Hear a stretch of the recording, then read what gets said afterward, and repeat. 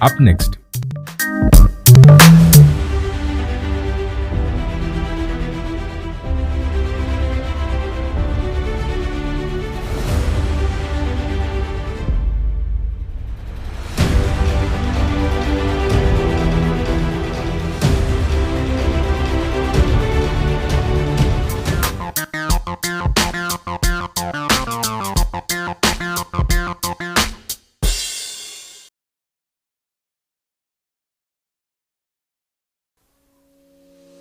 On a glorious journey to great academic heights, you need a university that will guarantee hopes of employment without sweltering in a pool of job hunts.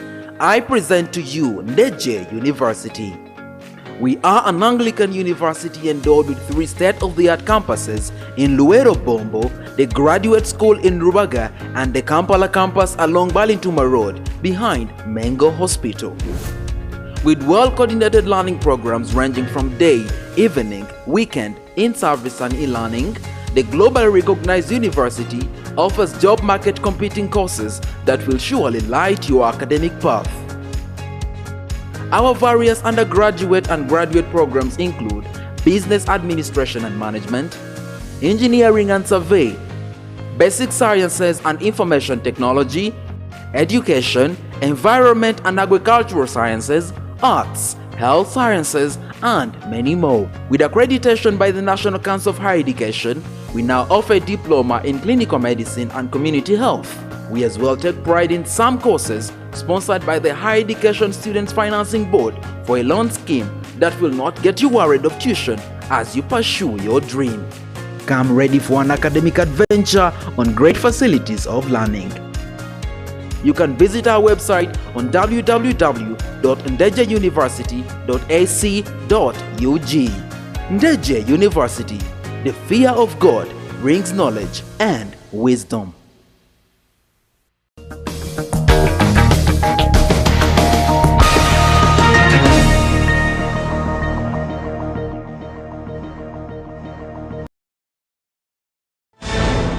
Coming up in Live at 8, President Museveni orders the head of anti-corruption unit to investigate alleged electoral violence in Ukeja by-elections. Uganda police force react on the high demand of DNA testing in the country. And in sports, Viola Asingo and Christine Nachito to represent Uganda in the coming Netball World Cup in Cape Town, South Africa. This and much more in Live at 8.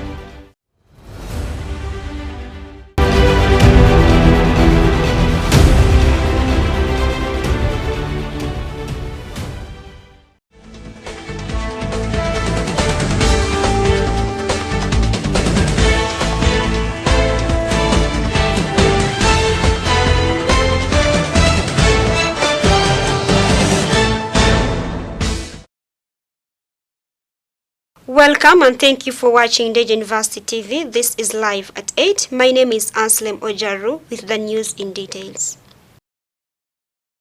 President Museveni received an invitation from the South Korean president to attend the Korea-Africa Summit scheduled to take place in May 2023. This was delivered by the South Korea Special Envoy at State House in Entebbe. Let's have more on that.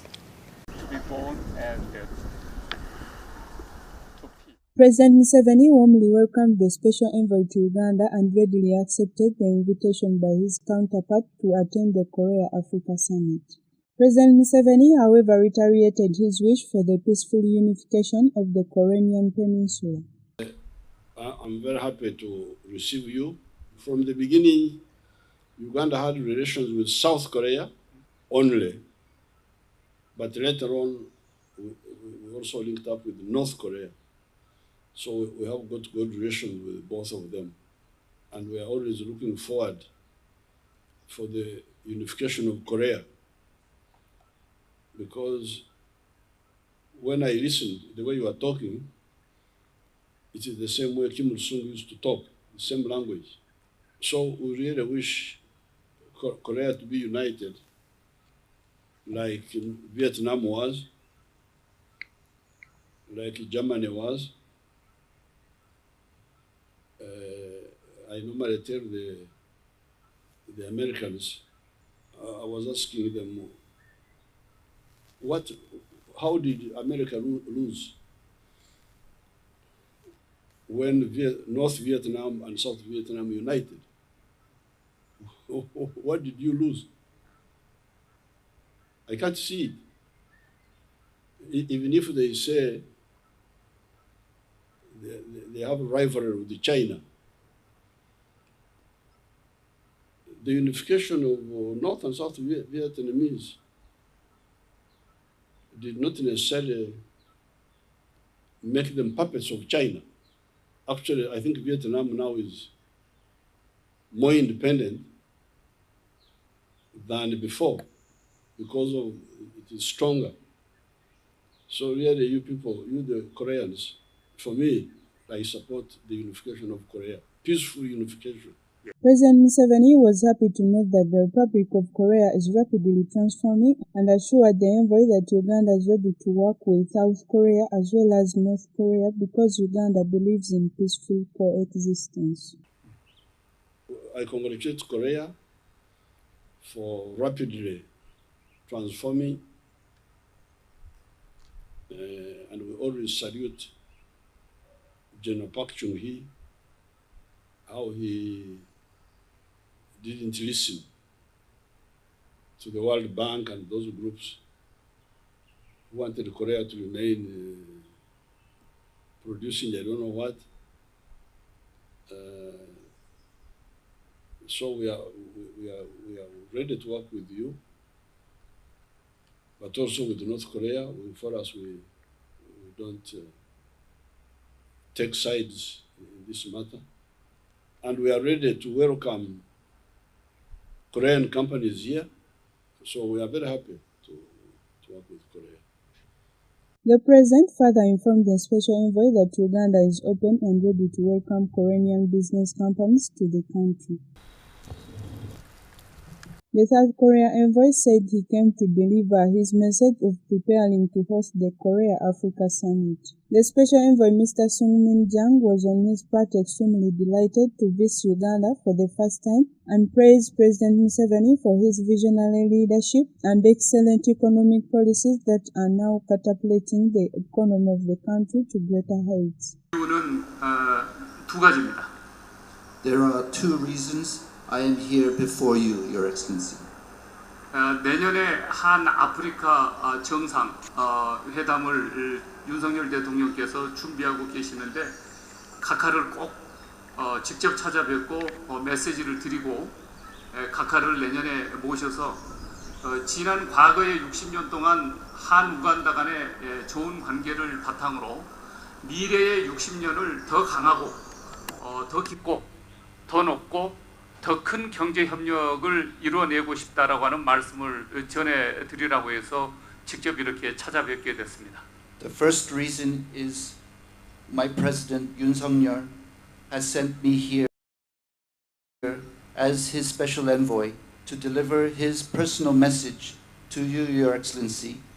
President Yoon is preparing to host the Korea-Africa Summit, and so he has asked me to come and directly deliver his message so that you will know that Korea is preparing for the summit, and also Korea looks back at the 60 years of relations between Korea and Uganda. Mr. Jang also called for the opening of the Uganda embassy in Korea to further deepen and strengthen the economic cooperation between the two countries that has been in existence for the last 60 years. He further said the Republic of Korea and Uganda share the same values in many aspects that should be exploited for the good of the people of the two brotherly countries.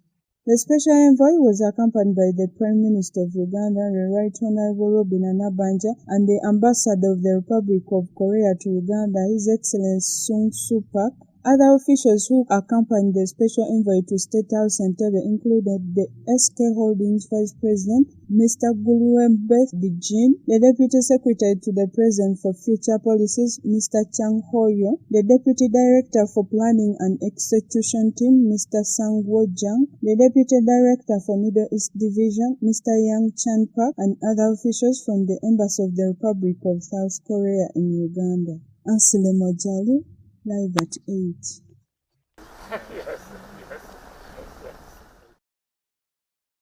During a media briefing at the police headquarters in Nagru, the police spokesperson Fred Enanga, in response to the UK terror alert to Uganda, called upon citizens to be vigilant and suspicious and report any suspicious activities of any person.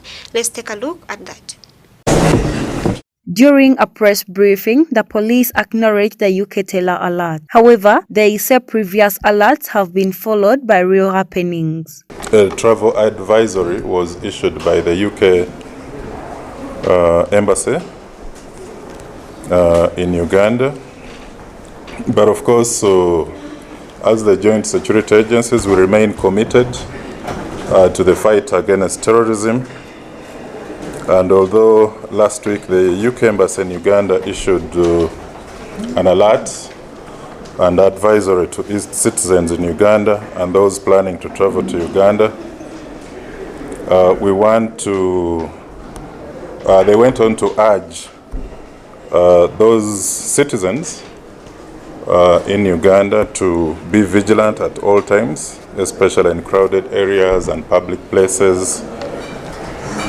And from what was going on the digital and social media platforms, you could see that many Ugandans were expressing fear and others beginning to panic because from the previous experiences we've had, some of these terror alerts have been followed with the actual incidents of terror attack. The police have assured the public that the resurgence of ADF in the country is significantly low. Now, despite these incidents, we want to assure the public that a resurgence of the ADF inside the country remains significantly very, very low. Their bases in the DRC have been dismantled and giving them a severe blow. A number of their domestic cells inside the country have also been dismantled, and a number of their activities, including the recruitment and radicalization of children, have also been disrupted. A number of their collaborators and agents have always been rounded up. The police spokesperson Fred Enanga said they are still committed to ensuring security across the country, calling the public to join in ensuring security in all places. So as a country, we need to maintain our resolve. The community, we invite the community to share responsibility for our security as a country. We rally the community to stand together with the joint security agencies to demonstrate that there is no space for terrorism in Uganda, and for them not to provide shelter for terrorist groups or even supply them with recruits for radicalization. Because the more they do so, it gives them a basis to continue attacking Ugandans. However, Ugandans are urged to be vigilant and report suspicious incidences to the police. In light of the existing threat environment that continues to exist in the country, is to continue empowering the whole community to remain alert and maintain their safety and security in those places where they live, at places of work, and even where they go out for social entertainment and even hanging out places. It's important that as a Ugandan, if you see or hear something unusual or suspicious, please report to the police. Any small piece of information could be important. The terror alert by the United Kingdom is the second since November 2021. ANSLEM OJARU, live at 8. Through a letter, President Yoweri Kaguta Museveni directed the head of the State Anti-Corruption Brigadier General Henry Isoke to investigate the alleged electoral violence in the just concluded Bukedya LOC5 by-elections. Let's take a look at that.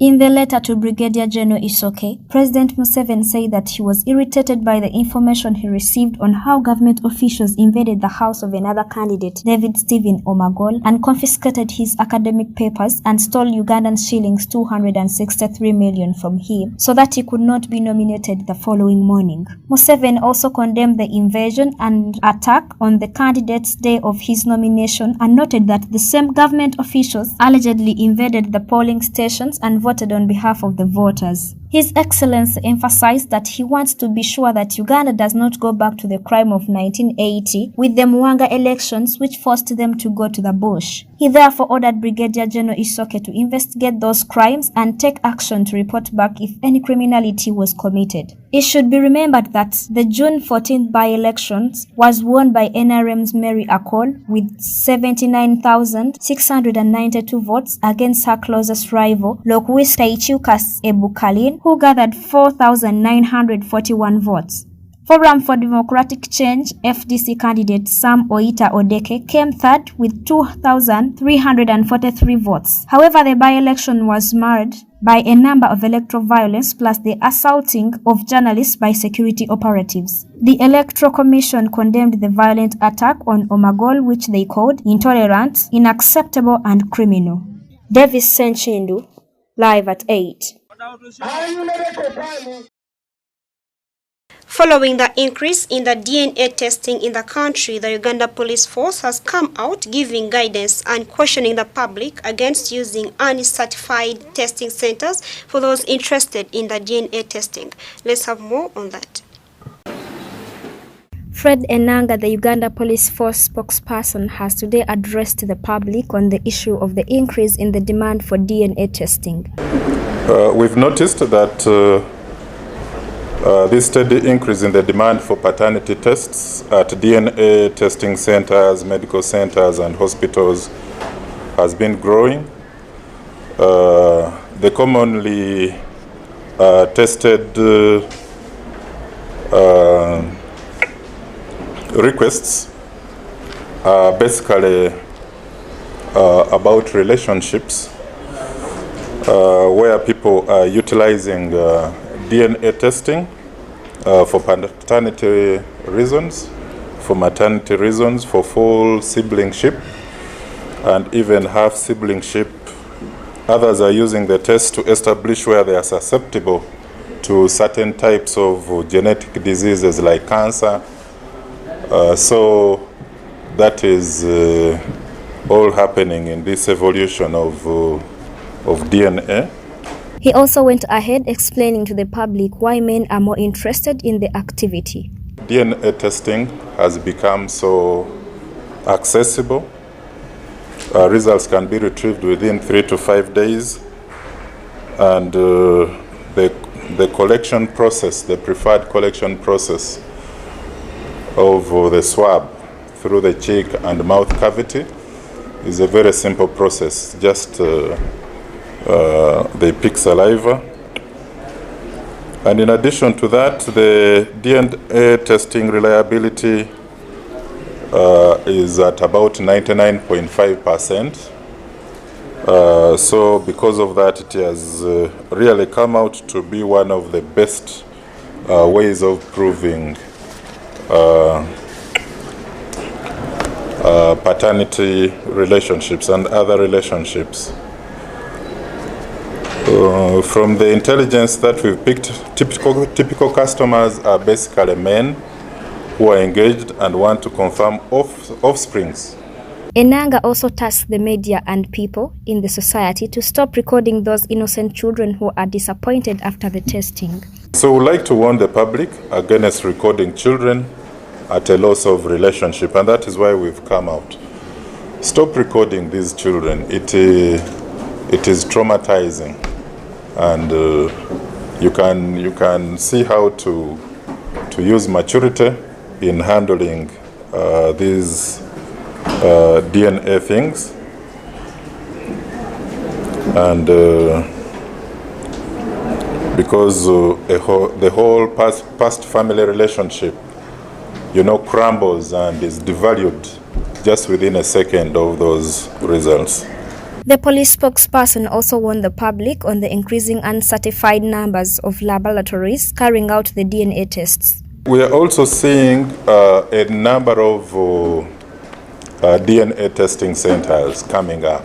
Every medical center almost is showing that they have the ability to carry out these tests, and this is very dangerous because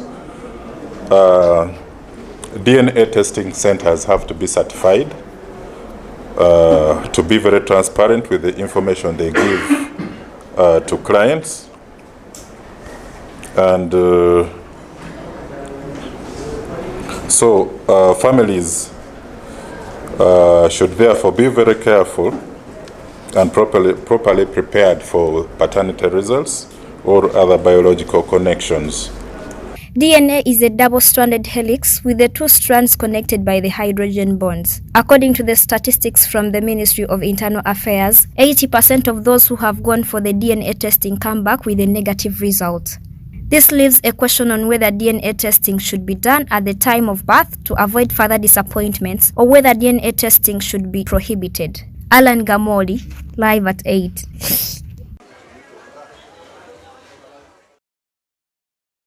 With only 24 days left to the Netball World Cup in Cape Town, Ugandan Shikren players Viola Asingo and Christine Nachito share their hard work that led to their selection for the forthcoming Netball World Cup. Let's have more on that.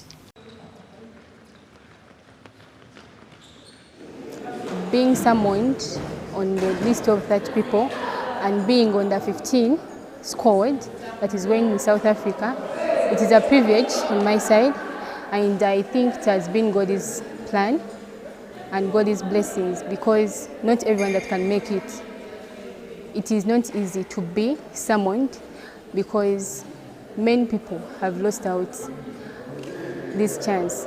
So I think this is a privilege to me.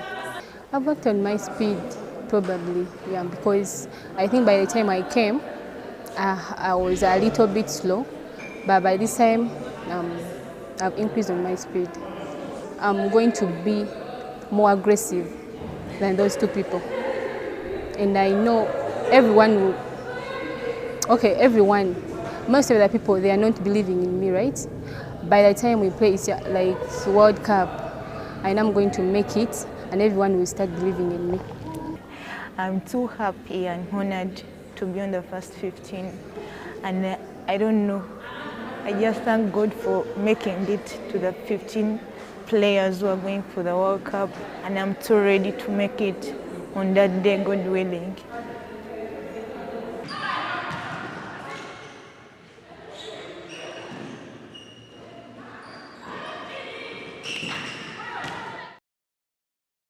That has been live at 8. Thank you very much for watching Ndejje University TV. My name is ANSLEM OJARU. See you next time.